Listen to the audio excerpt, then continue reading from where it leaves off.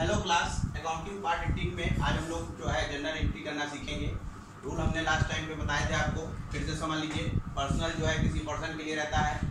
Rule है debit the receiver, credit the giver. जो पैसा पाए उसको डेबिट और जो दे वो क्रेडिट। रियल जो है जो भी प्रॉपर्टीज होती है, संपत्ति जो है उसके लिए है debit what comes in, credit what goes out. जो आ रहा है वो डेबिट, जो जा रहा है वो क्रेडिट। और नॉमिनल जो है एक्सपेंसेस और लॉसेस के लिए रहता है, तो लिखा रहता है डेबिट और एक्सपेंसेस एंड लॉसेस, क्रेडिट और इनकम एंड गेन। ये सारे रूल्स हमने लास्ट वाले लेक्चर में अपने बताए। अब देखिए उसको अप्लाई कैसे करना है, इस चीज़ को समझिए। अब जैसे मेरा नाम अखिलेश द्विवेदी, हम प्रोप्राइटर हैं और हमने एक अपनी दुकान खोली। वो दुकान किस चीज़ की खोली? कंप्यूटर बेचने की, एडी इंटरप्राइजेस के नाम से, बिजनेस यूनिट। तो देखिए ये अलग और ये अलग, ठीक है, सेपरेट। इसीलिए हमने कॉन्सेप्ट और कन्वेंशन पढ़ाए थे और ये बताया था सेपरेट एंटिटी कॉन्सेप्ट। जिस समय इसने इसको बिजनेस बना दिया तो ये अलग और ये अलग, ठीक। ये बिजनेस हो जाएगा और ये मालिक हो जाएगा, दोनों का हिसाब किताब। इसके खर्चे, इसको जो इनकम मिलेगी अपने बच्चों की पढ़ाई लिखाई पे, घर का सामान लाने के लिए सब में खर्च करेगा। बिजनेस यूनिट किसके लिए खर्च करेगा? अगर मतलब कहीं रेंट पे सामान रेंट पे लिया हो बिल्डिंग तो उसके लिए, अपने एम्प्लॉयज को पेमेंट देने के लिए, रॉ मटेरियल लाने के लिए, सब के लिए। तो दोनों का सिस्टम एकदम अलग अलग होगा। अब देखिए ये कुछ ट्रांजेक्शन हमने लिखे, ट्रांजेक्शन इवेंट, ये सब चीजें हमने समझाई हैं। अब देखिए सबसे पहला क्या लिखा है? Started business with cash. अभी देखिए हम रफ फॉर्म में एंट्री कैसे की जाती है ये बता रहे हैं, फिर उसके जो फॉर्मेटेड वे है वो बताएंगे बाद में। लेकिन फिलहाल आप रफ फॉर्म में जैसे एंट्री करने का लॉजिक आप समझिए। जैसे लिखा है started business with cash ₹1 lakh. हमें बाय डिफॉल्ट ये मान के चलना है कि इसके हिसाब से एंट्री करनी है, जब तक ये कहा ना जाए कि आप इसके हिसाब से एंट्री करें, ठीक है। तो स्टार्टेड बिजनेस विद कैश। अब जब कैश से बिजनेस स्टार्ट हुआ तो ये जो 1 लाख रुपए है, ये क्या हुआ? 1 लाख रुपए हमने जो है ये फर्म को दिया। हमने क्या किया? 1 लाख रुपए फर्म को दे दिया। तो फर्म में क्या हुआ? पैसा आया कि गया? तो पैसा फर्म में आया। जब पैसा फर्म में आया तो 2 अकाउंट हुए। पहली वाली अगर एंट्री करते हैं हम लोग तो कैश अकाउंट हुआ एक और एक कैपिटल हो गई। कैपिटल क्यों हो गया?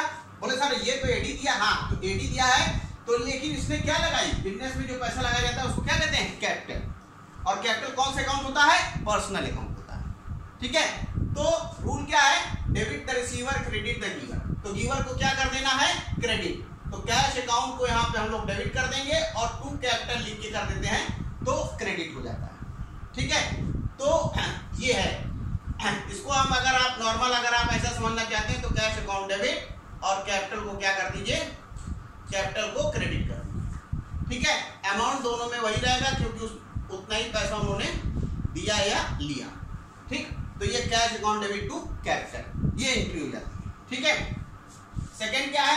नीचे यहाँ पे नरेशन लिखी जाती है, वो अभी हम उस वक्त बताएंगे। अभी तो सिर्फ रॉ फॉर्म में चीजों को समझा रहे हैं। नरेशन या लिखी जाती है स्टार्टेड बिजनेस विद कैश, जितना भी है, ठीक। फिर गुड परचेज फॉर कैश, ठीक है, गुड परचेज फॉर कैश। अब ये जो एडी इंटरप्राइजेस है, इसने किसी मिस्टर एक्स से गुड्स खरीदा, किसी मिस्टर एक्स से गुड्स खरीदा, तो क्या हुआ? गुड्स इधर गया और कैश क्या हो गया? इस तरफ आया। कैश क्या हो गया? इस तरफ आ गया, ठीक है। तो क्या इसके लिए कौन सा रूल लगेगा? रियल का। क्यों? क्योंकि गुड्स का लेन देन हो रहा है, ठीक है। तो गुड्स के लिए यहां पे हम लोग लगाते हैं परचेज। परचेज अकाउंट को हम लोग डेबिट कर देंगे और कैश को क्रेडिट कर देंगे। ये दोनों किस में है? दोनों रियल में। सामान आया, परचेज किया और कैश मेरे पास से गया। Debit what comes in, credit what goes out, ठीक है। तो बोले सर गुड्स क्यों नहीं लिखा? गुड्स पहले वाले सिस्टम में लिखा जाता था, अब गुड्स नहीं लिखा जाता, ठीक है। और जो उसके लिए जैसे मान लीजिए फर्नीचर खरीदा तो फर्नीचर का नाम लिखा जाएगा। अभी सब एंट्रीज में हम बताएंगे, लेकिन ये दूसरी। थर्ड क्या है? परचेज गुड फ्रॉम अमर। अब ये जो एडी इंटरप्राइजेस है, इसने अमर नाम के एक व्यक्ति से, अमर नाम के एक पर्सन से गुड्स खरीद लिया, ठीक है। अब जैसे ये एडी इंटरप्राइजेस है, इसने क्या कर लिया? एडी इंटरप्राइजेस ने अमर से गुड्स खरीदा, ठीक। अब अमर जो है इसको गुड दिया और इसने इसको पैसा नहीं दिया, क्योंकि अगर पैसे के लेन देन होता तो कुछ लिखा होता।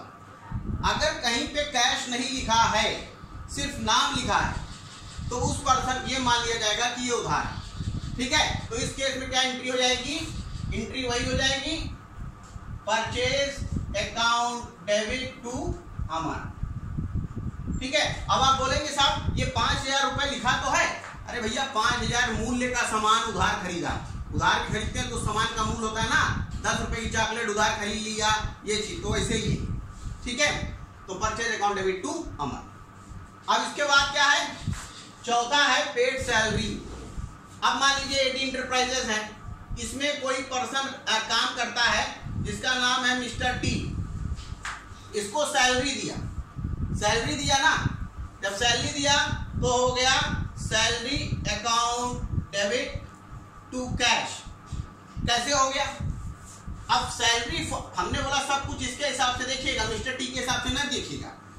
हाँ बोला मिस्टर टी टू रिसीवर, इनका नाम क्यों नहीं लिया, अरे तो मिस्टर टी उधार थोड़ी ना लिए हैं, मिस्टर टी काम किए आपके हैं इसलिए उनका पेमेंट उसको मिला है। ठीक है, तो सैलरी खर्चा है बिजनेस के लिए, तो क्या हुआ, debit all expenses and losses, तो एक्सपेंसेस एंड लॉसेस को डेबिट कर दिया, salary account debit to cash.